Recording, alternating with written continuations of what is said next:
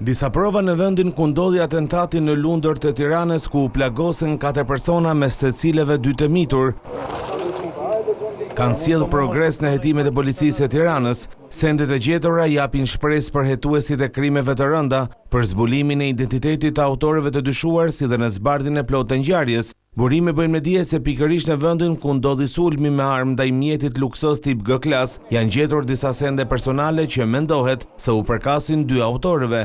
Sipas hetuesve, autorët kanë qëndruar për një kohë të shkurtër në atë vend, ku besohet se u kanë rënë objekte dhe ku kanë dëmtuar dhe një gardh metalik.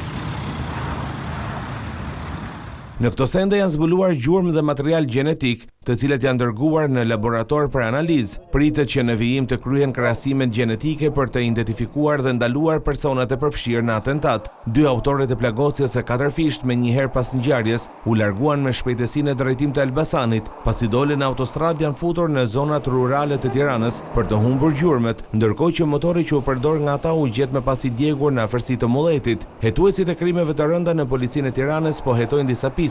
Në shënjestër mund të ketë qenë gruaja Roan Brahimit, e cila jeton në afërsi të banesës së 2 të miturve. Ditën e atentatit, 2 orë përpara, në Lezhë u vra Gjovalin Prendi, babai Roan Brahimit, ky i fundit i njohur për përplasjet e forta me disa grupe rivale. Një tjetër pistë është ajo e fajdeve, pra nëse familja 2 fëmijëve të mitur që mbeten të plagosur janë të përfshirë në këto skema të jashtëligjshme apo jo. Në këtë rast hetuesit kanë dyshime se përplasja me personat e tjerë për shkak të fajdeve të pashlyera mund të jetë një motiv për atentatin. Edhe në këtë pistë, e cila është në fazën e verifikimeve, grupi hetimor beson se autorët kanë ngatëruar shënjestër, duke mos ditur se brenda mjetit ishte shoferi i familjes Demiraj, 2 djemë të mitur, si dhe komshiu i tyre adoleshent.